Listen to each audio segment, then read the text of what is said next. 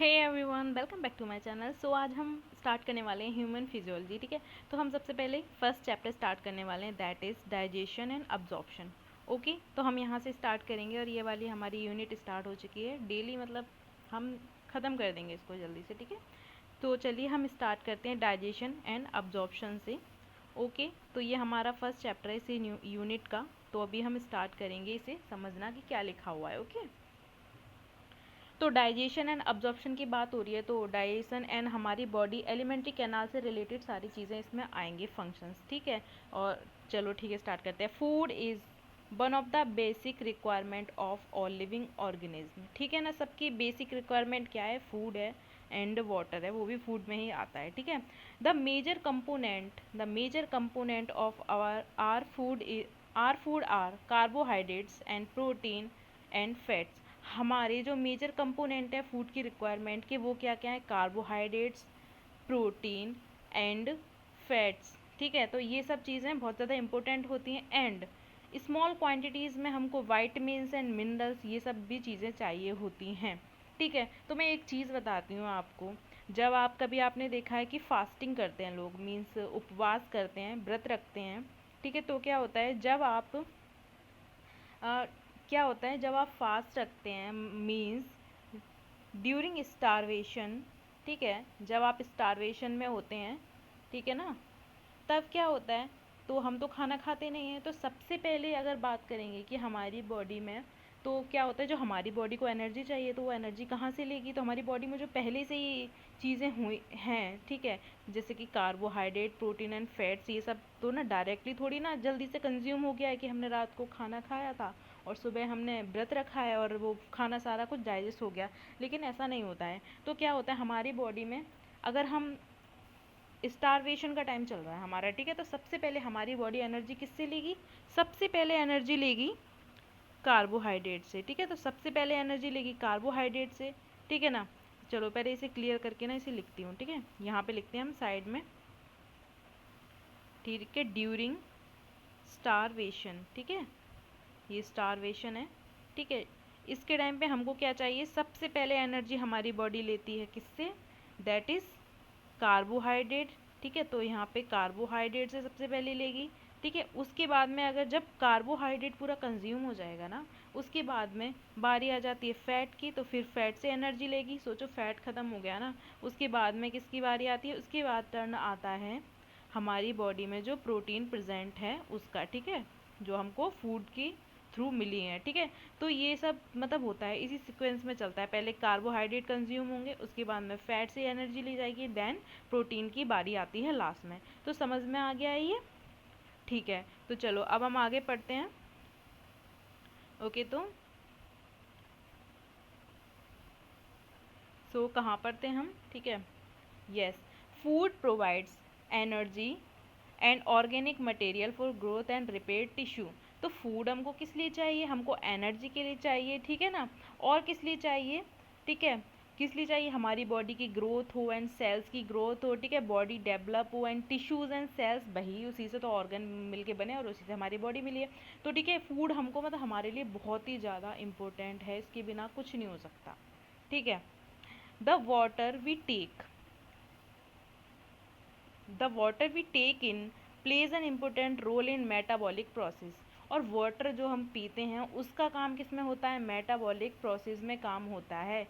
जैसे कि मतलब मेटाबॉलिक प्रोसेस में काम होता है एंड पता है एक्सक्रीशन में काम होता है। जैसे कि हमारी बॉडी में होता है, क्या होता है? अमोनिया होता है। ठीक है, अमोनिया से क्या बनता है? यूरिया बनता है। ठीक है, अगर सोचो हम पानी नहीं पियेंगे ना तो बहुत ज़्यादा प्रॉब्लम हो जाएगी हमको। ठीक है, तो इसलिए पानी पीना ज़रूरी होता है। ठीक है, जितना हम पानी पियेंगे उतनी बॉडी हमारी अच्छी रहेगी। ठीक है, also prevents dehydration of the body. तो डिहाइड्रेशन से भी प्रिवेंट करता है बॉडी को। ठीक है, इसलिए पानी पीते रहना चाहिए। तो इसी बात पे भी पानी पी लो फटाक से।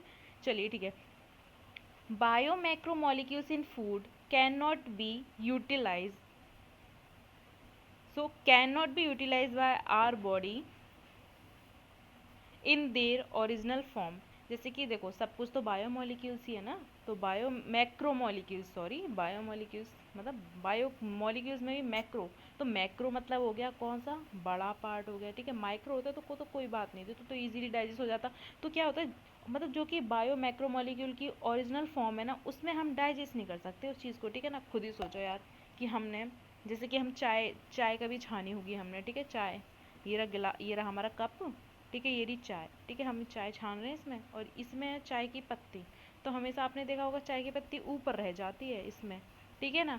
क्यों रह जाती है? क्योंकि उसके मॉलिक्यूल्स बड़े हैं, और जो इसमें जो छलनी लगी हुई है ना, उसके जो जो पोर्स हैं ना, होल्स हैं, वो बहुत ही ज़्यादा माइन्यूट हैं, बहुत ही ज़्यादा स्मॉल हैं, ठीक है ना। तो ऐसे क्या होता है, तो हमें क्या चाहिए, अगर हमें इससे नीचे लेके आना है ना इसे, तो बिल्कुल सोचो पाउडरी फॉर्म में बना दो, जैसे कि कॉफ़ी का यूज़ कर लेंगे हम, तो कॉफ़ी तो बचेगी नहीं ऊपर। तो ऐसे क्या होता है, हमको बायो मैक्रोमोलिक्यूल्स को तोड़ना पड़ता है पहले डाइजेस्ट करने के लिए, ठीक है ना, तब जाके डाइजेस्ट हो सकता है। तो इसीलिए ओरिजिनल फॉर्म में हम कंज्यूम नहीं कर सकते, ठीक है। They have to be broken down, ठीक है, तो इन्हें हमें तोड़ना पड़ेगा, ठीक है, converted into simple substance into digestive system. तो हमें क्या बनाना पड़ेगा, वो सिंपली बना लेना होगा, जिससे कि इजी डाइजेशन हो सके, ठीक है। This process of conversion of complex food substance to simple absorbable form is called digestion. और इसी प्रोसेस को हम बोलते हैं डाइजेशन। मतलब कि मान लो हमने, हमारा क्या था, पहले था यहाँ पे बायो मैक्रोमोलिक्यूल्स थे, ठीक है। बायो मैक्रोमोलिक्यूल से हमने किसी भी तरीके से हमने इनको बना लिया, कूट कूट के छोटा छोटा छोटे छोटे पीसेस कर दिए, और इनको बना लिया हमने बायो माइक्रोमोलिक्यूल्स। क्या बना लिया? बायो माइक्रोमोलिक्यूल्स बना लिया। तो क्या होगा, अब इसके यहाँ से ये बनने का, देन उसके बाद में ये क्या हो जाएगा, कंज्यूम हो जाएंगे, ठीक है, ये क्या हो जाएगा, कंज्यूम हो जाएगा, ठीक है, ये यहाँ पे कंज्यूम हो जाएगा। और इसी प्रोसेस को हम क्या बोलेंगे, इसे बोलेंगे हम डाइजेशन, ठीक है। तो हम सिंपल फॉर्म में क्रिएट कर लेते हैं उसको, जिससे कि हमें आसानी हो जाए काम करने में, ठीक है। तो इसे क्या बोलेंगे, डाइजेशन बोलेंगे, ठीक है, ठीक है। So and is carried out by the our digestive system. और ये सब प्रोसेस किसके थ्रू होती है, हमारे उस चीज़ के लिए पूरे एक डाइजेस्टिव सिस्टम बना हुआ है, उसके थ्रू होती है। तो इसमें क्या होती है, दो टाइप की प्रोसेस होती है, एक तो होती है मैकेनिकल प्रोसेस एंड एक होती है बायोकेमिकल प्रोसेस। तो मान लो कि जैसे कि यस, तो जो हमने बायो मैक्रोमोलिक्यूल्स को हमने माइक्रो में कन्वर्ट किया, तो हम उसे मान लेंगे कि मैकेनिकल प्रोसेस है, ठीक है, मैकेनिज्म यूज़ हुआ है। एंड बायोकेमिकल्स में आ जाएंगे एंजाइम्स, एसिड्स, ये सब आ जाएंगे, तो ये आ जाएंगे बायोकेमिकल्स के अंदर, ठीक है। तो अब हमें यही पढ़ना है, ठीक है, नीचे हमको दिया हुआ है। तो अब आ जाते हैं डाइजेस्टिव सिस्टम में, ठीक है। The human digestive system consist of alimentary canal and associated gland. दो पार्ट्स में बांटा गया है, एक तो हो गया एलिमेंट्री कैनाल, ठीक है, एंड दूसरा हो जाता है एसोसिएटेड ग्लैंड्स, ठीक है। इसमें ग्लैंड्स आ जाएंगे, और इसमें पूरा हम एलिमेंट्री कैनाल के बारे में पढ़ने वाले हैं। तो सबसे पहले हम स्टार्ट करते हैं एलिमेंट्री कैनाल, ओके। तो समझ में आ रहा है ना? चलिए, तो अभी एलिमेंट्री कैनाल में क्या हुआ है, स्टार्टिंग से स्टार्ट हो रहा है सब कुछ, हमारे मुंह से स्टार्ट हो रहा है, जहाँ से हम खाना स्टार्ट करते हैं ना, वहीं से स्टार्ट हो रहा है सब कुछ, ठीक है ना। क्योंकि यहीं से तो हमारी प्रोसेस होगी स्टार्ट। और तो खुद ही सोच सकते हैं, हमारे पास दांत है, ठीक है, तो मैकेनिकल प्रोसेस सबसे पहले होगी, ठीक है ना। उसके बाद उसमें सलाइवा मिक्स हो जाएगा, तो इसे बोलेंगे हम केमिकल प्रोसेस होगी। तो बहुत ईजी है, चलिए, ठीक है। तो अभी हम इसी बात पे हम स्टार्ट करते हैं, बहुत ही ईजी है, मज़े से पढ़ना है, बस ख़त्म कर देना है इसे, ठीक है। The alimentary canal begins with anterior opening, that is mouth. Anterior मतलब, ठीक है, ये मेरी ट्रिक नहीं है वैसे, तो एंटीरियर मतलब होता है आगे। तो आप समझ लेंगे सबसे आगे वाला पार्ट से क्या स्टार्ट हो रहा है, माउथ स्टार्ट हो रहा है। And opens out posteriorly through the anus, ठीक है। और जो लास्ट होता है ना पोस्टीरियरली, वो क्या होता है, एनस पार्ट होता है, ठीक है, वहाँ पे जाके लास्ट हो जाता है, ठीक है। तो पोस्टीरियर मतलब बोल लो पीछे। तो समझ में आ गया, एंटीरियर मतलब आगे, पोस्टीरियर मतलब पीछे। तो पोस्टीरियर वाला पार्ट क्या हो जाएगा, एनस हो जाएगा, एंड आगे वाला पार्ट हो जाएगा माउथ, ठीक है। समझ में आ गया, इतना समझ में आ गया। द माउथ, अब माउथ के बारे में हम डिटेल में पढ़ेंगे, ठीक है। The mouth leads to the buccal cavity. तो सबसे पहले क्या होती है, बक्कल कैविटी होती है, ठीक है। जो ऊपर वाला पार्ट होता है बक्कल कैविटी हो गई हमारी, ठीक है ना। बक्कल कभी सुना है, कभी मैंने गांव में सुना है, बोलेंगे बक्कल निकाल, नहीं बक्कल निकल गया, ऐसा कुछ होता है। हाँ, आपने सुना है, पता नहीं सुना है, मैंने तो सुना है भाई, ये सब गाँव में, हमारा गाँव है ना, हम वहाँ पे ये सब लैंग्वेज यूज़ होती है, ठीक है। सो एंड और क्या होता है, ओरल कैविटी। बक्कल कैविटी को ही हम बोलते हैं ओरल कैविटी। जो हमारा माउथ वाला पार्ट है, जो हम आ करते हैं ना, that is oral cavity, okay. समझ में आ गया, ओरल कैविटी मतलब बोल भी सकते हैं कि बोलने वाला पार्ट इज़ ओरल कैविटी, ठीक है। The oral cavity has number of teeth. इनके पास क्या होती है, टीथ होती है, एंड मस्कुलर टंग होती है, ठीक है। तो टीथ के बारे में तो अभी हम पढ़ेंगे यहाँ पे, बट एक्चुअल में क्या है कि एनसीईआरटी में टंग के बारे में ज़्यादा कुछ दिया नहीं हुआ है। तो टंग के लिए ना एक मैं छोटी सी शॉर्ट वीडियो बना दूंगी, ठीक है ना, क्योंकि इसमें डायग्राम नहीं दिया है तो और भी मैं डायग्राम क्रिएट नहीं कर पाऊंगी यहाँ पे, तो वो हम बाद में ले लेंगे, बिल्कुल शॉर्ट सा बना देंगे और ठीक है, इसी में डिस्क्रिप्शन में लिंक उसकी डाल देंगे, ठीक है। चलिए तो चलते हैं, अभी हम दांत के बारे में पढ़ेंगे, ठीक है, हमारी बत्तीसी जो होती है उसके बारे में अब हम पढ़ने वाले हैं मजे से, ठीक है। Each tooth is embedded in a socket of जो वन, तो हर एक दांत, ठीक है, हर एक दांत एम्बेडेड होता है, मतलब कि धसा हुआ होता है किसमें, जो बोन में। अब देख लेते हैं कैसे धसा हुआ होता है, ठीक है ना। जैसे कि देख लो, सॉकेट, सॉकेट देखा है, बिल्कुल टाइटली बना हुआ रहेगा, ठीक है। तो देखो एक मिनट, कुछ इस टाइप से होता है आई थिंक, यस देखो बना लिया हमने, ये रहा हमारा टीथ, वाओ कितना डायग्राम, ब्यूटीफुल सा डायग्राम बना है भाई। सो सो ये रहा हमारा डायग्राम, ये रहा हमारा वाइट वाइट टीथ, ठीक है, तो दिख रहा है। तो ये देखो, ये क्या है, बिल्कुल इसमें धसा हुआ है, ठीक है, कुछ ऐसे होता है, ये हमारा दांत है, ठीक है, और यहाँ पे बिल्कुल ही एम्बेडेड रहेगा अंदर तक, ठीक है, तो ऐसे करके ये इसको पूरा कवर करे हुए रहते हैं, ठीक है। तो ये पूरा एम्बेडेड है अंदर तक, ठीक है ना, और ये हमारा है दांत, ठीक है। तो खुद ही देखो तो क्या होता है, ठीक, सॉरी कहाँ गया, यस, तो इसे क्या बोलेंगे, एम्बेडेड रहने को ही क्या बोलेंगे, इसे बोलेंगे सॉकेट ऑफ जो बोन, ठीक है। ये जो बोन होती है, जो हमारी नीचे वाली बोन होती है, जो बोन दैट इज हायोड, ठीक है, उसी में ये फंसा हुआ रहता है, ठीक है, इसे क्या बोलेंगे हम, इसीलिए इसे क्या बोलेंगे। और क्या होता है, बहुत ही ज़्यादा स्ट्रॉन्ग अटैचमेंट होती है, इसके लिए इसको बोलते हैं हम थीकोडोंट, तो क्या बोलते हैं इसे, इसे बोलते हैं थीकोडोंट, इसकी स्ट्रॉन्ग अटैचमेंट की वजह से, ठीक है, इसे थीकोडोंट बोलेंगे, ठीक है। Majority of mammals including human beings form two sets of teeth during the their life, ठीक है। मतलब क्या होता है, मेजॉरिटी ऑफ एनिमल्स, मतलब कि समझ लो कि ज़्यादातर मैमल्स में क्या होता है, दो बार दांत निकलते हैं, एक तो जब बेबी होंगे तब निकलेंगे, एंड जब वो थोड़े से बड़े होने लग जाएंगे तब उनके दूसरे वाले दांत निकलेंगे, वो क्या होंगे, वो परमानेंट टीथ होंगे, ठीक है। तो ह्यूमंस में तो सबको पता ही है एग्जाम्पल, तो ये भी देखना था कि सारे मैमल्स, मतलब ज़्यादातर मैमल्स में होता है कि मतलब 95% मैमल्स में ऐसा होता है, ठीक है। तो दो बार निकलते हैं, ठीक है, तो इसे पहले हम क्लियर कर देते हैं, एकदम चमका देते हैं इसे, ठीक है। तो दो बार टीथ निकलते हैं, इसीलिए लाइफ में दो बार टीथ निकलेंगे, ठीक है, इसीलिए क्या बोलेंगे, एक तो होता है a set of temporary milk, ठीक है, टेम्पोररी मिल्क टीथ, ठीक है, एंड और इसे क्या बोलते हैं, डेसिडुअस टीथ बोलते हैं, मिल्क टीथ को क्या बोलते हैं, डेसिडुअस टीथ बोलते हैं, ठीक है। उसके बाद में दूसरे टीथ निकल जाते हैं, दैट इज़ परमानेंट टीथ, और अडल्ट टीथ भी बोलते हैं उनको, ठीक है, इसीलिए इसे क्या बोलेंगे, डाइफायोडोंट बोलेंगे, इसका मतलब है टू टाइम्स पूरी लाइफ में दांत आएंगे, ठीक है, टू टाइम्स आएंगे। डायोफायोडोंट होता है, थीकोडोंट क्या होता है, डेंटिशन की वजह से होता है, स्ट्रॉन्ग जो अटैचमेंट रहती है, ठीक है, सॉकेट जैसा एम्बेडेड रहता है, ठीक है, जो बोन में, इसीलिए हमने बोला था थीकोडोंट। अब समझ में आ गए, दो टर्म्स हमारे क्लियर हो गए हैं, डायोफायोडोंट एंड थीकोडोंट। ओके चलिए नेक्स्ट पेज पे मूव करते हैं। सो अभी यहाँ पे आ गया डायग्राम, और डायग्राम अभी देखना नहीं है, अभी हम पहले दांत के बारे में देख लेते हैं, उसके बाद में हम डायग्राम देखेंगे कि डायग्राम क्या है, ठीक है। चलिए तो ओके यहाँ से स्टार्ट करते हैं, ओके। सो समझ में आ गया, कितने टीथ होते हैं, 32 परमानेंट टीथ होते हैं, ठीक है, and teeth which are 4 different types. अब देखो क्या होता है, डेंटिशन के भी टाइप होते हैं, ठीक है, कितने टाइप के होते हैं, 4 टाइप के होते हैं, ठीक है, अलग अलग टाइप के होते हैं, इसलिए इनको क्या बोल दिया, हेट्रोडोंट बोल दिया। अगर सोचो सेम सिमिलर टाइप के होते तो इसे हम होमोडोंट बोलते, ठीक है, लेकिन ऐसा होता नहीं है, ठीक है। तो हेट्रोडोंट हो गया ये, ठीक है, आवाज़ आ रही है, ओके। तो हेट्रोडोंट हो गया है, समझ में आ गया, हेट्रो, इसीलिए हम इसे बोलेंगे हेट्रोडोंट, डेंटिशन बोलेंगे। एक मिनट में माइक ठीक कर लेती हूँ, ओके।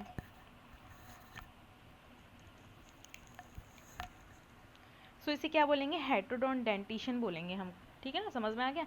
तो अब कौन कौन से टाइप के होते हैं टीथ, तो इसके बारे में दिया हुआ है यहाँ पे, जैसे कि incisor, canine, pre molars and molars होते हैं, ठीक है, तो ये समझ में आ गया। अब उसके बाद में क्या दे रखा है, डेंटल फॉर्मूला दे रखा है, ठीक है, डेंटल फॉर्मूला देखो, arrangement of teeth in each half of the upper and lower जो इन द ऑर्डर, ठीक है, incisor, canine, premolar and molar हो गए, ठीक है, represent by the dental formula, ठीक है, डेंटल फॉर्मूला दे रखा है, याद कर लो, 21 23 दोनों, ठीक है, upper half and lower half, ठीक है, ऐसे करके समझ में आ गया, ऐसे करके। तो ये हमारा डेंटल फॉर्मूला था, ठीक है। अगर हम कभी कभी पूछते हैं कि चिल्ड्रन में डेंटल फॉर्मूला क्या होता है, तो हम चिल्ड्रंस में भी डेंटल फॉर्मूला देख लेंगे। तो चिल्ड्रंस के लिए डेंटल फॉर्मूला हो जाता है हमारा 2102, क्या हो जाएगा 2102, तो ऊपर में 2102 था, तो नीचे भी क्या हो जाएगा 2102, तो अब देखो इनमें कौन कौन से और कितने दांत होते हैं बच्चों के अंदर, होते हैं 20 टीथ। तो अगर बोले जाएंगे तो ये क्या होंगे, मिल्क टीथ होंगे, है ना। तो मिल्क टीथ हो गए, कितने हो गए 2102।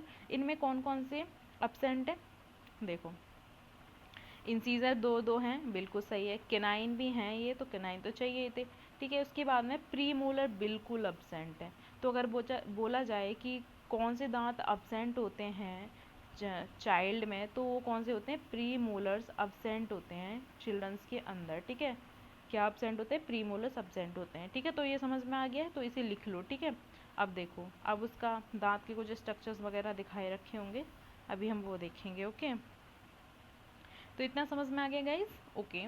चलिए, the hard chewing surface of teeth made up of enamel, जो हार्ड वाला पार्ट होता है ना, यूं करके जो ये वाला, ये ऊपर वाला पार्ट है ना, ये इसे हम क्या बोलेंगे, ये पूरा हार्ड पार्ट है ना, इसे हम बोलते हैं इनेमल। किसका बना हुआ रहता है ये, इनेमल का मतलब इनेमल का बना हुआ रहता है, ठीक है। तो अब एक चीज़ क्वेश्चन आ जाती है, ठीक है। पहली बात तो ये इनेमल कैसा होता है, बहुत ही ज़्यादा हार्ड होता है। तो ये कैसा होता है, इनेमल होता है हार्ड होता है, जो कि एनसीईआरटी ने बता दिया हार्ड होता है, ठीक है। उसके बाद में ये कैसा होता है, दूसरी चीज़ होती है कि ये होता है नॉन लिविंग। नॉन लिविंग होता है, जब भी तो इतना हार्ड होता है ना, तभी इसको कुछ नहीं होता। देखा, इसमें इनके अंदर ब्लड वेसल्स नहीं होते, तो ये कैसा होता है, नॉन लिविंग होता है। समझ में आ गया, ये आगे लिख दिया हमने, ठीक है, नॉन लिविंग होता है। और अगर आपसे पूछा जाए कि इनेमल का ओरिजिन क्या है, तो हम क्या बोलेंगे, it is ectodermal in origin. तो क्या ये एक्टोडर्मल इन ओरिजिन। तो समझ में आ गया, इतने अपने एनसीईआरटी में नोट कर लो वहीं के वहीं, ठीक है। समझ में आ गया, मैं तो इतना बड़ा बड़ा लिख रही हूँ, आप तो छोटा छोटा भी लिख सकते हो, ओके। तो चलिए अभी हम आगे स्टार्ट करते हैं। तो हम इसे थोड़ा सा ऊपर कर लेते हैं, ठीक है, हमने इतना पढ़ लिया है। चलिए चलिए, तो अभी आ जाओ बेटा, ओके। तो यहाँ तक हमारा हो गया है, ठीक है। Help in the mastication of food. Mastication का मतलब क्या होता है, बिल्कुल चबा देना, चीर देना, फाड़ देना, एकदम मतलब एकदम उसको एकदम क्या स्लरी बना देना, ठीक है, एकदम मतलब पेस्ट टाइप बना देना, स्लरी हो जाएगा, ठीक है। तो ये इनका काम होता है, इनेमल का मतलब काम होता है, ठीक है। मेस्टिकेशन ऑफ फूड, ये दांत का काम होता है, ठीक है। The tongue is freely movable muscular organ, ये थोड़ा बहुत कुछ दिया हुआ होगा टंग का, ठीक है। तो टंग कैसी होती है, मस्कुलर ऑर्गन होता है, ठीक है। और क्या रहता है, attach to the floor of the oral cavity से अटैच रहता है, और किसके थ्रू, फ्रेनुलम के थ्रू अटैच रहता है, ठीक है। The upper surface of the tongue has small projection called papillae, ठीक है। बस इतने ही दिया हुआ है, ठीक है। उनके पास होते हैं टेस्ट बर्ड्स, जिससे हमको टेस्ट का पता चलता है। तो ये हम देखेंगे अलग वीडियो में, देख लेंगे एक हम, तो बिल्कुल शॉर्ट सी वीडियो बन जाएगी, तो मैं वो आपको बना दूंगी, ठीक है। अच्छा वो सही रहेगा, ठीक है। अभी यहाँ पे ना हौच पौच नहीं करते हैं हम, ठीक है। तो ये समझ में आ गया है आपको, चलिए तो अभी हम आगे चलते हैं, ओके। सो क्या हुआ, the oral cavity Leeds into short pharynx. देखो ओरल कैविटी के बाद में आ जाता है फेरिंग्स आ जाता है, ठीक है, which serves as a common passage of food and air. तो अगर बात आती है कि कॉमन पासेज कौन प्रोवाइड कराता है फूड एंड एयर को, दैट इज फेरिंग्स, ठीक है। तो ये क्या हो जाएगा, फेरिंग्स हो जाएगा। एंड उसके बाद में क्या आ जाता है, फेरिंग्स के बाद आ जाता है the oesophagus and the trachea.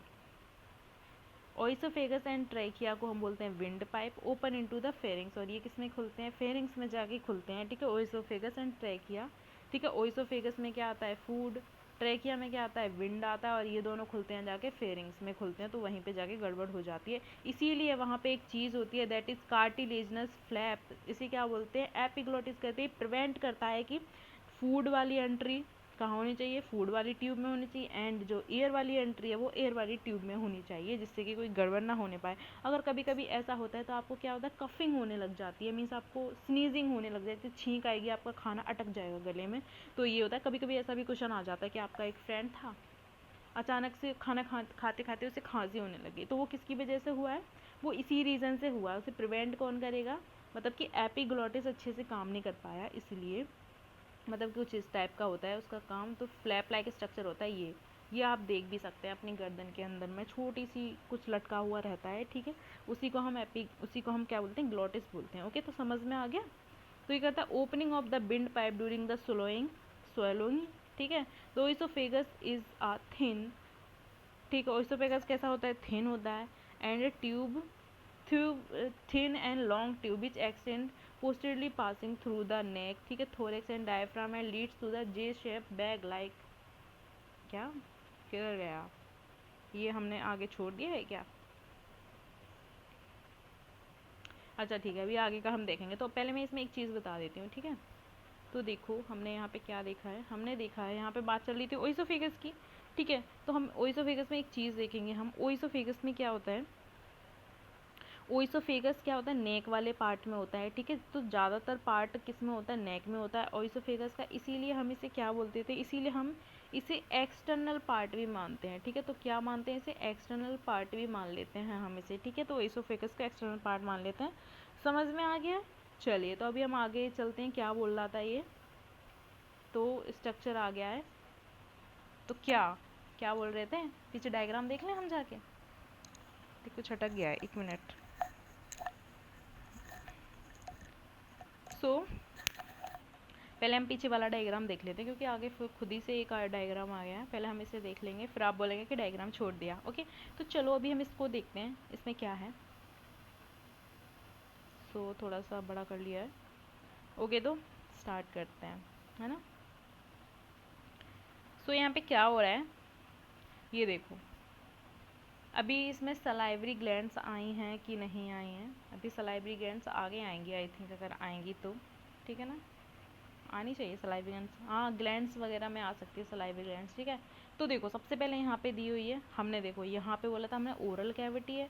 Start कहाँ से हुआ है, एलिमेंट्री कैनाल ओरल कैविटी से हुआ है, ये देखो माउथ के अंदर ओरल कैविटी है, ठीक है। यहाँ से हम अंदर देखेंगे, ठीक है। पहले मैं इसे खुद ही अपने क्लोज कर लेती हूँ, मुझे खुद नहीं दिखता अच्छे से, ठीक है। तो ये रहा माउथ हमारा, ठीक है, अंदर जा रहा है, ठीक है। यहाँ पे आप देख सकते हैं पैरोटिड ग्लैंड है, ठीक है। पैरोटिड ग्लैंड क्या होती है, सलाइवरी ग्लैंड होती है। तो सलाइवरी ग्लैंड होती हैं 3।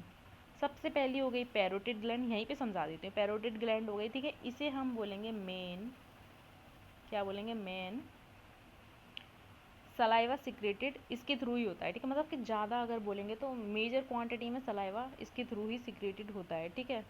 नहीं नहीं नहीं, इसके थ्रू नहीं होता, बट ये मेन होती है, ठीक है। सॉरी गाइस, इसके थ्रू सबसे ज़्यादा नहीं होता है, ठीक है। तो ये मेन सलाइवरी ग्लैंड हो गई है हमारी, ठीक है। सलाइवरी ग्लैंड हो गई मेन। उसके बाद में आ जाती है दूसरी आती है हमारी सब मैक्सिलरी, ठीक है। सब मैक्सिलरी के थ्रू होता है मैक्सिमम सलाइवा प्रोड्यूस। तो यहाँ पे लिख लेंगे मैक्सिमम सलाइवा किसके थ्रू प्रोड्यूस होता है, ये किसके थ्रू प्रोड्यूस होता है, दैट इज सब मैक्सिलरी, ठीक है। And third one is sublingual, तो third one is sublingual, sublingual होती है थर्ड वाली, ठीक है। तो ये कहाँ होती है, टंग के नीचे होती है, ये दोनों टंग के नीचे ही होती हैं कहीं पर ही, ठीक है। अब दूसरी बात हम करते हैं, अब इसमें भाई वो हैं ग्लैंड्स हैं, तो इनके पास डक्ट्स तो होंगी ही, ठीक है। तो डक्ट्स होंगे, तो सबसे पहले बात करते हैं हम पैरोटिड ग्लैंड की बात करते हैं। तो इनके पास क्या होती है, इसकी जो डक्ट होती है ना, उसका नाम होता है, इसकी डक्ट का नाम होता है क्या, इसे थोड़ा सा हम पहले प्रोमिनेंट कर लेते हैं। इसकी डक्ट का नाम होता है स्टेंशंस डक्ट, तो इसकी डक्ट को क्या बोलते हैं, स्टेंशंस डक्ट, ठीक है। समझ आया? तो इसकी डक्ट का नाम होता है स्टेंशंस डक्ट्स, ठीक है। अब सब मैक्सिलरी की बात करते हैं, ठीक है। तो इसकी डक्ट को बोलते हैं हम, क्या बोलते हैं, इसकी डक्ट का नाम होता है वॉर्टन्स डक्ट, ठीक है। इसकी डक्ट का नाम क्या होता है, वॉर्टन्स डक्ट, ठीक है। समझ आया? एंड अब लास्ट वन इज, और दूसरी चीज़ हम देख लेते हैं कि सब मैक्सिलरी को ना सब मैंडिबुलर भी कहते हैं। सब मैंडिबुलर क्यों कहते हैं, ये देखो यहाँ पे मैंडिबल बोन है और वहीं पे ये है, तो इसे क्या बोलेंगे हम, साथ ही साथ हम इसे बोल देते हैं सब मैंडिबुलर, ठीक है। तो यहाँ पे लिख लो कि इसे सब मैंडिबुलर भी बोलते हैं। एंड इसका नाम सबलिंगुअल वाली ग्लैंड होती है, उसे क्या बोलते हैं, डक्ट ऑफ रिविनस, क्या बोलेंगे इसे, डक्ट ऑफ रिविनस, ठीक है। तो इतना समझ में आ गया, आप खुद ही समझ सकते हैं, जैसे कि रिविन, डक्ट ऑफ रिविनस, मतलब कि बहुत ईजी है। देखो पैरोटिड है तो एकदम बकवास सा नाम है इसका, स्टेंसस डक्ट। अब देखो सब लिंगुअल, कितना क्यूट सा साउंड कर रहा है ना, तो इसलिए इसकी डक्ट का नाम भी कितना क्यूट सा रखा हुआ है ना, रिविनस डक्ट, ठीक है। अब देखो सब मैग्जी, मतलब सब मैक्सिलरी एंड क्या बोलते हैं, सब मैक्सिलरी एंड मैंडिबुलर। तो मैंडिबुलर कितना डेंजरस सा लग रहा है, एकदम हड्डी वड्डी ऐसा करके, ठीक है। तो इसका नाम रख दिया हमने वॉर्टन्स डक्ट। तो ये बहुत ईजी था, ठीक है, इतना समझ में आ गया होगा। या तो हो सकता है काफ़ी बच्चों को तो पहले से ही पता होगा, तो बोलेंगे क्या टाइम वेस्ट कर दिया हमारा।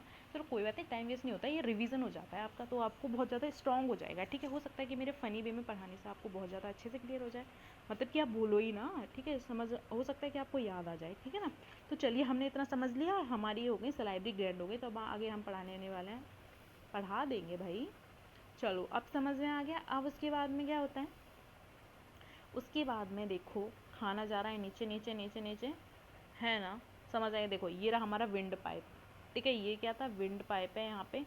तो यहाँ पे ये लंग्स है ना, यहाँ पे लंग्स, तो इसकी वजह से ये दिखाया नहीं, तो ये क्या हो गया, विंड पाइप है ये हमारा, ठीक है। तो विंड पाइप है, समझ आ गया। इसके बाद ये देखो स्टमक में जाएगा, और स्टमक की शेप क्या होती है, स्टमक की शेप होती है जे शेप्ड, ठीक है।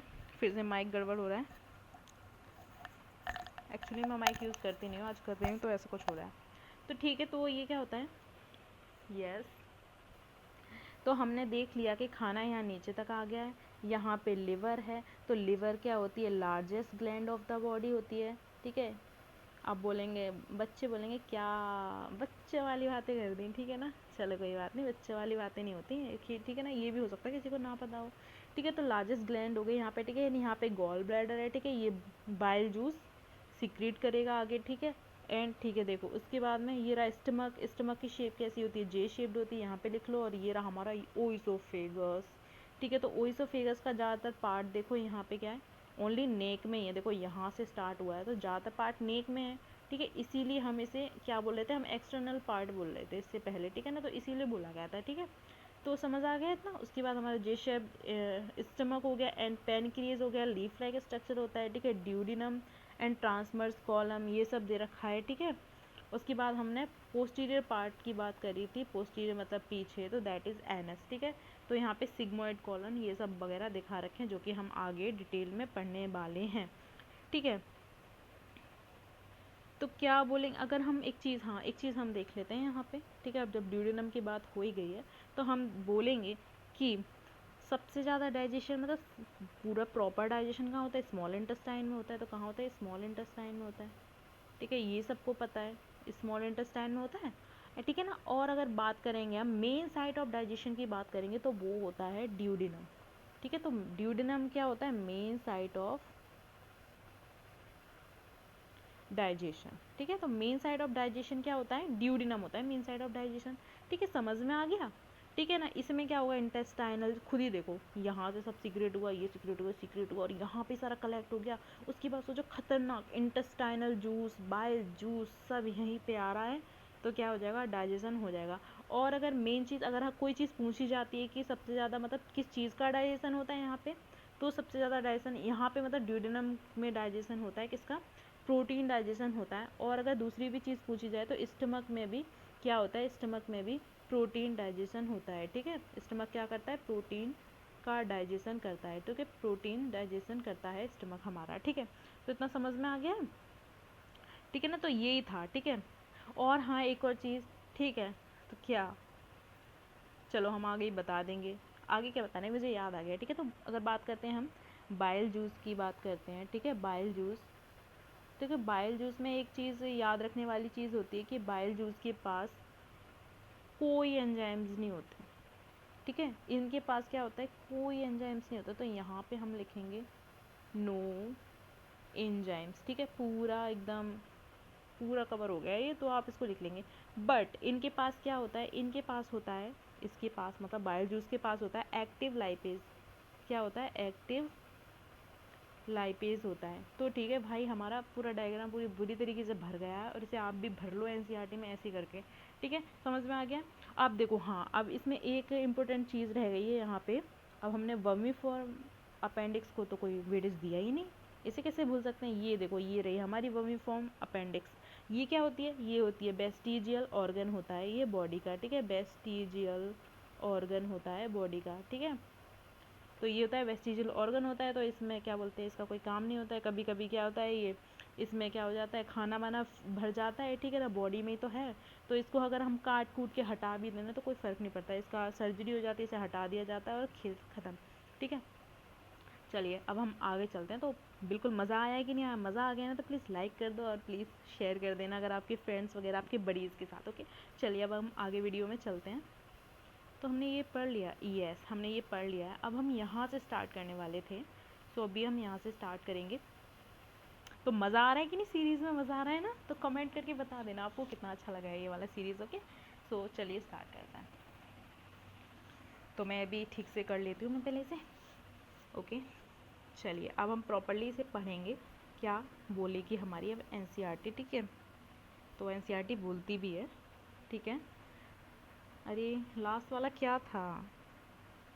यस हाँ, विंड पाइप था। विंड पाइप, नो नो, इसमें कुछ अलग ही चल रहा है, हमें लगता है कुछ। छोड़ो छोड़ो, डिफरेंट लग रहा है हमें। ठीक है छोड़ो, ठीक है, मतलब स्ट्रक्चर कुछ स्टमक की बात हो रही है। अभी हम पीछे नहीं जाने वाले, फिर से सब कुछ डिसबैलेंस हो जाएगा।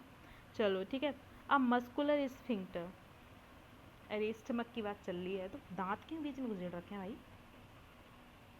देखो यहाँ देखो, incisor, canine, premolars and molars. ठीक है, मोलर्स का काम होता है चबाने का। इंसीजर का काम, मेन काम क्या होता है? काटना, चीरना, फाड़ना। ठीक है, तो ये क्या करेगा? टीयर करेगा। ठीक है, टीयर करेगा ये। तो अगर हम एक चीज़ देखें, हम अगर बात करेंगे हम डॉग्स की या कैट्स की बात करेंगे या लायंस की बात कर लेते हैं हम, खतरनाक। तो इनमें अगर बात करेंगे ये कितना क्यों चबा जाते हैं? ठीक है, नॉन वेज खा जाते हैं और हड्डी वड्डी मतलब बुरी तरीके से आदमी को चीर फाड़ देते हैं। ये किस लिए होता है? क्योंकि इनके पास ना इंसीजर की क्वांटिटी, मतलब कि इंसीजर नंबर्स में बहुत ज़्यादा होते हैं। ठीक है, तो इंसीजर इनके पास ज़्यादा होते हैं और हमारे पास कितने होते हैं? हमारे पास इंसीजर ज़्यादा नहीं होते हैं। ठीक है, क्योंकि हमको ज़्यादा ज़रूरत होती नहीं है। ठीक है ना, तो यही चीज़ होती है एनिमल्स की। ठीक है, इनके पास इंसीजर ज़्यादा होते हैं। तो यहाँ हमारे पास होते हैं प्रीमोलर्स। इनका भी काम क्या होता है? इनका काम होता है वही चबाना, काटना, कूटना, ये सब इनका काम होता है। और देखो यहाँ पे ना, देखो सॉकेट्स दिखाए हुए हैं जॉ के। ठीक है, हमने देखा था सॉकेट में ये रहे दांत, ये इसमें एम्बेडेड रहते हैं। समझ में आ गया? चलो अब डायग्राम के थ्रू भी इसे हो गया है। अब चलो आगे देखते हैं हम। ठीक है, अभी ना आया नहीं है क्या? एक मिनट, हम पीछे वाला पहले देख के आती हूँ मैं। यस, सो हमने पढ़ा नहीं है ये, हमने पढ़ा नहीं है।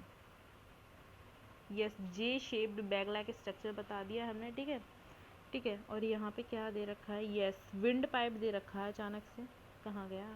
अरे हाँ, विंड पाइप। तो विंड पाइप की अगर हम बात करेंगे तो ये कितना होता है? 25 सेंटीमीटर लॉन्ग होता है। ठीक है, इसे हमने बता दिया है नॉलेज के लिए। चलो चलिए, तो अब हम आगे देखेंगे। ओके, तो स्टमक कैसा था हमारा? जे शेप लाइक स्ट्रक्चर था। ठीक है, अब मस्कुलर स्फिंक्टर है that is gastrooesophageal infection regulates the opening of oesophagus. अब देखो बात करते हैं हम, पहले हम निकाल लेंगे अपने स्टमक को। ये रहा हमारा प्यारा प्यारा स्टमक। ठीक है, इसे क्लियर हो जाने दो। अरे हो गया। तो देखो यहाँ पे, ठीक है, दूसरा मार्कर लेते हैं, इसे लेते हैं। ठीक है, अब देखो ये रहा ओइसोफेगस, ये रहा स्टमक।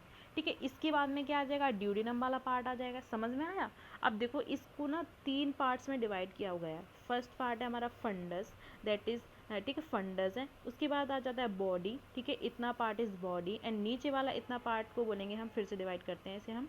देखो कितना पार्ट है? इतना पार्ट फंडस। ठीक है, उसके बाद इतना पार्ट बॉडी एंड उसके बाद इतना, मतलब इतना पार्ट मान लो इसे हम बोलेंगे पाइलोरिक पार्ट हो गया। ठीक है, इतना पार्ट पाइलोरिक हो गया। उसके बाद अब आप देखो फंडस वाले पार्ट की मेन चीज़ क्या होती है? यहाँ पे, यहाँ वाले पार्ट में क्या बनती है? बनती है गैस। एसिड होता है ना, बहुत ज़्यादा एसिड होती है। तो यहीं पे क्या होती है?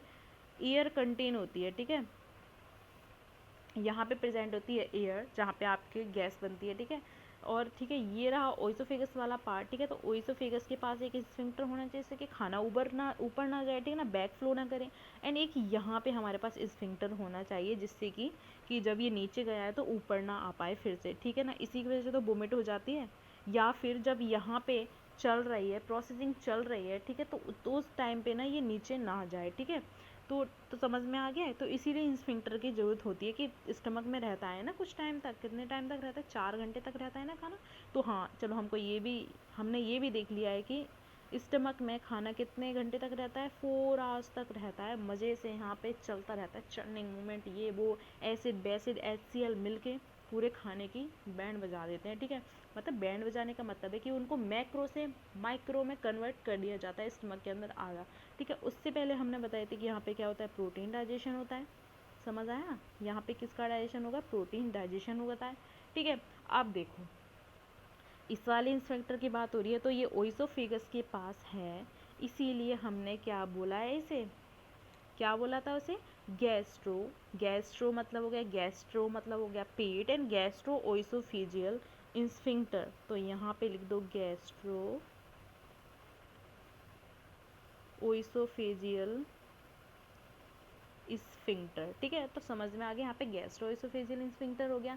अब यहाँ पे बात करते हैं, ठीक है। तो यहाँ वाला क्या हो जाएगा, ये वाला पार्ट क्या है, पाइलोरिक है, तो इसीलिए इस पार्ट का नाम, इस स्फिंक्टर का नाम रख दिया गया है पाइलोरिक, पाइलोरिक स्फिंक्टर। समझ में आया, पाइलोरिक स्फिंक्टर बोलेंगे इसे हम, ठीक है। तो ठीक है ना, समझ आ गया ना। उसके बाद में यहाँ से ड्यूडेनम स्टार्ट हो रही है यहाँ पे, ठीक है। तो ये हमारा हो गया डायग्राम, ठीक है। और ये इसको क्या बोलते हैं, कार्डियक पार्ट क्यों बोलते हैं, क्योंकि आप खुद देखो, एक तो स्टमक हमारा राइट साइड में प्रेजेंट है, ठीक है। लेफ्ट में क्या है, यहाँ पे देखा जाए तो यहाँ पे क्या है, यहाँ पे हमारा लिवर एंड गॉल ब्लैडर है, ठीक है। यहाँ पे ब्लैडर है, ठीक है। तो ये राइट साइड में प्रेजेंट है, और राइट साइड में क्या प्रेजेंट होता है, राइट साइड में हमारा यहाँ पे दिल प्रेजेंट होता है। तो दिल मतलब कि कार्डियक, और उसी की वजह से इसका नाम क्या रख दिया गया है, इसे पार्ट को बोल दिया गया है कार्डियक बोल दिया गया है, ठीक है ना। तो समझ में आ गया इतना, तो इसी बात पे लाइक कर दो, ठीक है। चलो अब हम आगे चलते हैं, हमारा डायग्राम हो गया एकदम क्लियर कट खल्लास, ओके। तो हम कहाँ पे थे, यस तो यहाँ पे चल रहा था मामला, ओके। तो चलो यहाँ पे चलते हैं, yes pyloric sphincter. Ileum opens into large intestine, ileum वाला पार्ट किस में ओपन्स होता है, लार्ज इंटेस्टाइन में ओपन होता है, ठीक है। Consist of caecum, colon and rectum. इसके कितने पार्ट होते हैं, बात करते हैं हम इलियम की बात करते हैं, तो इसके पास कितने पार्ट होते हैं, पहला होता है सीकम, फिर आ जाता है colon, and last one is rectum, ठीक है। तो ये क्या हो जाएगा, रेक्टम, रेक्टम आ जाता है, ठीक है। समझ आ गया। And caecum is small blind sac, ठीक है, host some symbiotic micro organism. Small मतलब सीकम क्या होता है, स्मॉल स्मॉल पार्ट होता है, ठीक है। इसके अंदर क्या होते हैं, माइक्रो ऑर्गेनिज्म होते हैं, ठीक है, जो कि मतलब वो भी खाने को डिग्रेड करने में हेल्प करते हैं थोड़ा सा, ठीक है। और उसके बाद में a narrow finger like tubular projection होती है, ठीक है। उसे क्या बोलेंगे हम, बर्मीफॉर्म अपेंडिक्स बोलेंगे, जिसके बारे में हम पहले ही बता चुके हैं। ये कैसा है, वेस्टिजियल ऑर्गन है, ठीक है। तो ये वेस्टिजियल ऑर्गन है विच इज, हाँ आगे दिया हुआ वेस्टिजियल ऑर्गन है, अराइज फ्रॉम द सीकम। तो ये किससे निकलता है, सीकम से निकलता है, ठीक है। The caecum opens into colon, उसके बाद में सीकम किस में खुलती है, कॉलन में जाके खुलती है, ठीक है। उसके बाद में कॉलन डिवाइड हो जाता है इंटू 4 पार्ट्स, ठीक है। पहला हो जाएगा असेंडिंग, ठीक है, असेंडिंग मतलब, असेंडिंग बोले तो असेंडिंग मतलब ऊपर जा रहा है, ठीक है। उसके बाद में आ जाता है ट्रांसवर्स, ट्रांसवर्स मतलब यूँ स्ट्रेट जा रही है, ठीक है। अब यहाँ पे ब्रिज क्रिएट हो गया है, ठीक है। उसके बाद में डिसेंडिंग, डिसेंडिंग का मतलब होता है नीचे, तो ऐसे करके हमारी बन जाती है, ठीक है। एंड अ सिग्मोइड कॉलन, और लास्ट वाला पार्ट होता है सिग्मोइड कॉलन, एंड उसके बाद में आ जाता है क्या, ये हो गया सिग्मोइड कॉलन, और यहाँ पे आ जाएगा एनस, ठीक है। इतना समझ में आ गया। चलिए अब हम आगे देखते हैं, yes. So the descending part of opens into the rectum, उसके बाद में सिग्मोइड कॉलन के बाद क्या आता है, रेक्टम आ जाता है, ठीक है। Opens out through the anus, और रेक्टम के बाद में क्या आ जाता है, एनस आ जाता है। तो समझ में आ गया। The wall of alimentary canal from oesophagus of rectum possesses 4 layers, ठीक है। इनके पास क्या होती हैं, 4 लेयर्स होती हैं। अब हम लेयर्स के बारे में पढ़ेंगे, बहुत ज़्यादा इंपॉर्टेंट है ये। तो सबसे पहली लेयर होती है सिरोसा, मस्कुलेरिस एंड सब म्यूकोसा एंड म्यूकोसा, ठीक है। Serosa is the outer most layer, तो सिरोसा कौन सी है, बाहर वाली लेयर है, अभी हम डायग्राम भी देखेंगे पीछे, ठीक है। और ये layer and is made up of thin mesothelial epithelium and visceral organ, ठीक है। मतलब कि ये किससे बनी होती है, थिन मीजोथीलियम से बनी हुई होती है, विच सम कनेक्टिव टिश्यूज, और इसके पास क्या होते हैं, कनेक्टिव टिश्यूज भी होते हैं। Muscularis is a formed by smooth muscles, ठीक है। मस्कुलेरिस में क्या होते हैं, स्मूथ मसल्स की बनी हुई होती हैं, usually arrange into the inner circular and outer, मतलब कि 2 टाइप की इसमें लेयर सेल्स प्रेजेंट होती हैं, जैसे कि पहले क्या होती हैं, जो इनर वाली होती हैं वो सर्कुलर टाइप की होती हैं और जो आउटर वाली होती हैं वो लॉन्गिट्यूडनल होती हैं, ठीक है। An oblique muscle layer may be present in some region, और कभी कभी ऑब्लिक टाइप की भी सेल्स प्रेजेंट हो सकती हैं किसी किसी जगह पे, ठीक है। तो यही दिया हुआ है इसमें, ठीक है। आगे हम अभी डायग्राम भी देख लेंगे तो अच्छे से पता चल जाएगा हमको, ठीक है। The submucosal layer is formed of loose connective tissue, और सबम्यूकोजल लेयर किसकी बनी होती है, लूज कनेक्टिव टिश्यूज़ की बनी होती है। इनके अंदर क्या होते हैं, नर्व्स होती हैं, ब्लड एंड लिम्फ वेसल्स होती हैं, ठीक है। अब देखो इंड्यूडिनम, ये हो गया है ना। अभी पहले हम डायग्राम देख लेते हैं, ठीक है ना। पहले हम डायग्राम देख लेंगे, उसके बाद में आगे का ही पढ़ेंगे, ठीक है। आगे वहाँ से दूसरा टॉपिक, दूसरा चीज़ स्टार्ट हो गई है, तो ठीक है। अब देखो ये रहा ब्यूटीफुल सा डायग्राम, ओके। सो यहाँ पे अब हम देखेंगे, अभी हमने जो पढ़ा है ना थ्योरी से वही हम देख लेंगे। तो हमने देखा था ये क्या है, सिरोसा कौन सी है, आउटर लेयर है, ठीक है, आउटर लेयर है, ठीक है। एंड ठीक है, आउटर लेयर है। उसके बाद में दूसरी जो उसके बाद अंदर वाली लेयर होती है उसके वो से बोलते हैं हम मस्कुलेरिस, सिरोसा हो गई फर्स्ट, सेकंड वन इज मस्कुलेरिस। इसके बाद में होती है इनर वाली होती है सर्कुलर, तो देखो सर्कुलर बनी हुई है, ठीक है। एंड आउटर वाली कैसी है, लॉन्गिट्यूडनल है, ठीक है। तो ये 2 टाइप की सेल से बनी हुई होती है। एंड उसके बाद आ जाता है सब म्यूकोसा, ठीक है। उसके बाद में आ जाता है म्यूकोसा, एंड ल्यूमन वाला पार्ट आता है अंदर में, थोड़ा सा खोखला सा है ये, ठीक है। तो ल्यूमन वाला पार्ट आ जाएगा, ठीक है, जहाँ पे ज़्यादा कुछ है नहीं है। और इसमें एक इम्पोर्टेंट टर्म है, दैट इज़, देखो अब बात हो जाती है, एक क्वेश्चन हम देख लेते हैं कि सिरोसा किस जगह पे, किस पार्ट में एब्सेंट होती है। तो ठीक है, कहाँ पे होती है एब्सेंट, बताओ जल्दी से, सिरोसा कहाँ पे एब्सेंट होती है, जल्दी से आंसर करो कमेंट बॉक्स में। तो ये एब्सेंट होती है ओइसोफेगस में, ठीक है। कहाँ पे एब्सेंट होती है, ओइसोफेगस में एब्सेंट होता है, ठीक है, सिरोसा। ओके, तो समझ में आ गया। और हमने क्या देखा था, सब म्यूकोसा में क्या होती हैं, नर्व्स होती हैं, वेसल्स होती हैं, ठीक है, नर्व्स एंड वेसल्स इसमें होती हैं, ठीक है। और म्यूकोसा किससे, और सब म्यूकोसा किससे बने हुए होते हैं, ये बने हुए होते हैं लूज कनेक्टिव टिश्यूज से, ठीक है। तो ये हमने ये अभी हमने डायग्राम्स में देखा था। तो ये लूज कनेक्टिव टिश्यू से बने हुए थे, तो बिल्कुल समझ में आया कि नहीं आया, यस। तो चलिए अभी हम पीछे का देख लेते हैं, एकदम ही गला बैठ गया है पूरा, प्यास लग रही है। चलिए तो अभी स्टार्ट करते हैं, ठीक है। जितना आज हो पा रहा है हो जाएगा, नहीं तो बाद वाला लेक्चर ले लेंगे हम, काफ़ी थोड़ा मतलब कि बहुत ज़्यादा है इसकी थ्योरीज, ठीक है। चलो चलो आगे देखते हैं। हमने ये देख लिया था एंड उसके बाद में कुछ चीज़ लिखी हुई थी, अभी हम वो देखते हैं। यस, लूज कनेक्टिव टिश्यू ये सब पढ़ लिया था हमने, ठीक है, ये सब समझ में आ गया, ठीक है।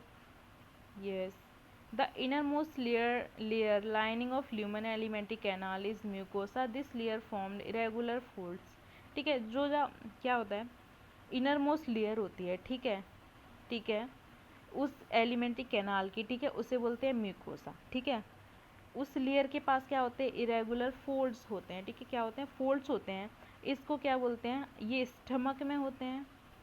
तो इसे भाई देखो, इसे मैं ना अलग तरीके से बोलती हूँ इसे, ठीक है। तो अगर स्टमक में होते हैं तो इसे बोलते हैं, इसे क्या बोलेंगे, र्यूग बोलेंगे, रोगी, आई डोंट नो, र्यूग लाइक कुछ भी, ठीक है। तो ये चीज़ होती है, ये किस में होती है, इस होती है, स्टमक की बात हो रही है तो इसमें ये होते हैं, ठीक है। और अगर बात हो रही है स्मॉल इंटेस्टाइन की, तो स्मॉल इंटेस्टाइन में क्या होती हैं, विलाई होती हैं, ठीक है। ये क्या करती हैं, ये दोनों चीज़ का काम है क्या बना देना, सरफेस एरिया को इंक्रीज़ कर देना। ये क्या करेंगे, सरफेस एरिया को इंक्रीज़ कर देंगे। तो ठीक है, समझ में आ गया, ये इनका काम होता है सरफेस एरिया को इंक्रीज़ कर देना। ब्लाई का स्ट्रक्चर कैसा होता है, फिंगर लाइक फोल्डिंग्स होती हैं, मतलब कि इनका कैसा था, यूं यूं यूं, मतलब टेढ़ा मेढ़ा ऐसे करके था ना, इनका क्या था, मज़े में ये रही बिलाई, ठीक है। इनके पास थोड़ी थोड़े से ये क्या कर देती, सरफेस एरिया को इंक्रीज़ कर देती हैं, समझ में आ गया।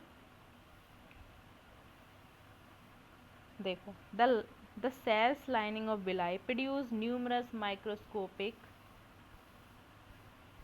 Microscopic projections called microvilli. तो बिलाई के अंदर होती है माइक्रोबिलाई, सोच रहे हो बिलाई के अंदर भी माइक्रोबिलाई प्रेजेंट है। तो बिलाई के अंदर होती है माइक्रोबिलाई प्रेजेंट होती हैं, ठीक है। और ये क्या होता है, ब्रश बॉर्डर होता है ये एक टाइप का, ठीक है। These modifications increase the surface area, ठीक है। ये क्या करते थे, सरफेस एरिया को इंक्रीज करते थे, ठीक है। Villi are supplied with the network of capillaries and large lymph vessels called the lacteals.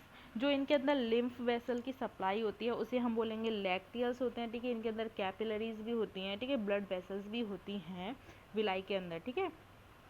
Mucosal epithelium होता है, उनके पास होती हैं गॉबलेट सेल्स होती हैं जो कि सिक्रीट करती हैं म्यूकस। तो म्यूकस कौन सिक्रीट करता है? गॉबलेट सेल का काम होता है म्यूकस को सिक्रीट करना, ठीक है, समझ में आ गया। दैट हेल्प इन लुब्रिकेशन, ठीक है, इनका काम, इसका काम, म्यूकस का काम खुद ही होता है लुब्रिकेट करना होता है। म्यूकस बहुत चिपचिपा सा ही चीज़ होता है, ठीक है। Mucosa also form gland in the stomach, ठीक है, gastric gland and crypts in between the base of villi in the intestine, crypts of Lieberkuhn. तो विलाई के अंदर क्या होता है, इंटेस्टाइन में मिलती हैं हमको क्रिप्स ऑफ लिबर कोहिन मिलती हैं, ठीक है।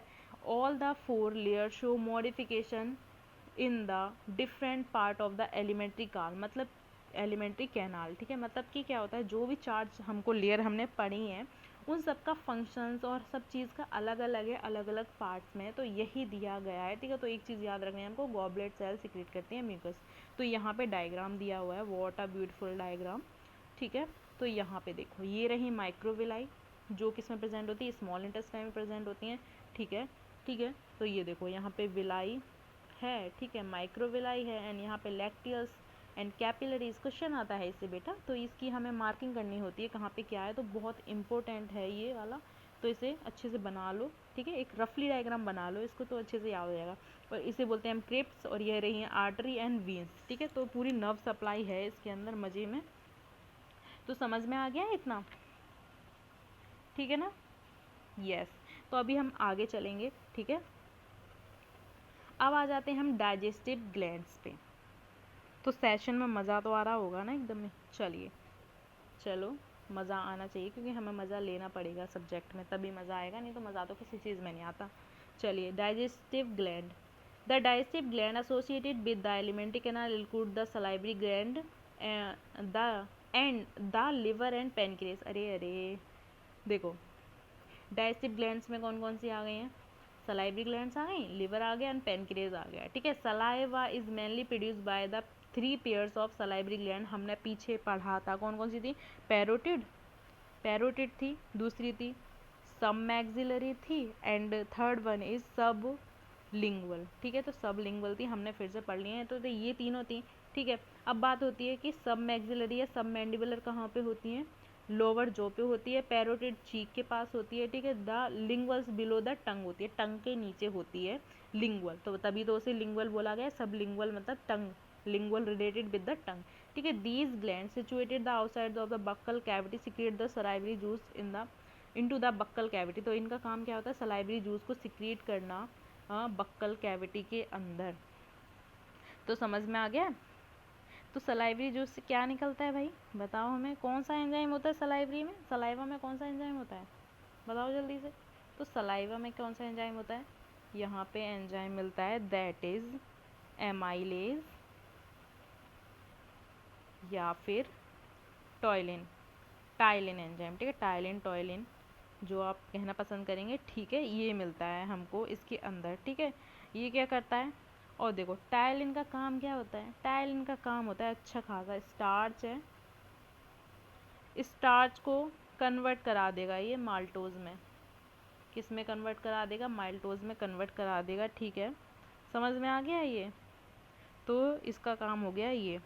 चलो अब हम आगे चलते हैं, हमने इतना देख लिया। द डक्ट, अब लिखा हुआ है आगे, अरे ये रह गया है ना, यस, तो अभी ये रह गया है, हमने ये पढ़ा नहीं है अभी, हाँ अभी कहाँ पढ़ा है, ये तो बक्कल कैविटी ये सब चल रहा था ला। अब चलो यहाँ पे आ जाते हैं। अब देखो, हमने देख लिया था liver is the largest gland of the body, है ना। वेट कितना होता है? 1.2 से 1.5 kg, ठीक है, इन अडल्ट ह्यूमन, ठीक है। द शेप ऑफ द, क्या होता है? Situated, yes, it is situated in the abdominal cavity में सिचुएटेड रहता है, जस्ट बिलो द डायाफ्राम। तो ये डायाफ्राम के जस्ट नीचे रहता है, और उसके पास क्या होते हैं? 2 लोब्स होते हैं, ठीक है। The hepatic lobule are the structure and functional unit of the liver containing hepatic cells, ठीक है, and arranged into the form of cords, ठीक है। Each lobule is converted covered by a thin connective tissue sheath called Glisson's capsule. तो ये question आ जाता है कि Glisson's capsule किस में प्रेजेंट होते हैं, तो हम क्या आंसर लगाएंगे? इसका आंसर हो जाएगा लिवर में प्रेजेंट होते हैं, और ये क्या होते हैं? कनेक्टिव टिश्यूज होते हैं, ठीक है। The bile secreted by the hepatic cell ठीक है। तो बाइल की बात क्या होती है, बाइल सिक्रेट होता है लिवर के थ्रू, ठीक है ना। बाइल किसके थ्रू सिक्रेट होता है, लिवर के थ्रू सिक्रेट होता है बाइल। और स्टोर कहाँ पे हो जाता है, स्टोर हो जाता है जाके गॉल ब्लैडर में, ठीक है। तो ये यही होता है, ठीक है ना, समझ में आ गया है, ठीक है। Passes through the hepatic duct and stored concentrated thin muscular sac called like gall bladder में जाके स्टोर हो जाएगा। The duct of gall bladder, gall bladder की डक्ट को क्या बोलते हैं, सिस्टिक डक्ट बोलते हैं, सिस्टिक डक्ट बोलते हैं, ठीक है। Along with the hepatic duct, जब वो हेपेटिक डक्ट के भी साथ मिल जाती है उसे बोलते हैं हम कॉमन बाइल डक्ट। तो सबसे पहले हम यहाँ पे देखेंगे डायग्राम, ठीक है। तो डायग्राम में अभी हम सबसे पहले हम डक्ट्स देख लेंगे, ठीक है। तो पहले हम डायग्राम देख लेते हैं, उसके बाद में ईजी हो जाता है आपकी थ्योरी को करना, ठीक है। तो अभी हम पहले देखेंगे डक्ट्स, ठीक है। तो कौन सा कलर का मार्कर लेंगे, सबसे ज़्यादा रेड ही सबसे बेटर लगता है आई थिंक, यस। तो रेड ही ले लेते हैं अभी, ठीक है। तो हमने क्या देखा था, ये जो लिवर है, ये यहाँ से सॉरी लिवर से डक्ट्स आ रही हैं, ठीक है ना। ये रहा गॉल ब्लैडर जिसमें बाइल क्या हो रहा है, कंटेन हो रहा है बाइल, ठीक है। उसके बाद में यहाँ पे क्या है, डक्ट ऑफ गॉल ब्लैडर आ गई यहाँ पे, ठीक है। यहाँ पे डक्ट और इस जगह पे ये दोनों मिल गई, ठीक है। कौन सी डक्ट, यहाँ पे आ जाती है लिवर की डक्ट आ जाती है, ठीक है, उसे बोलते हैं हेपेटिक डक्ट, ठीक है।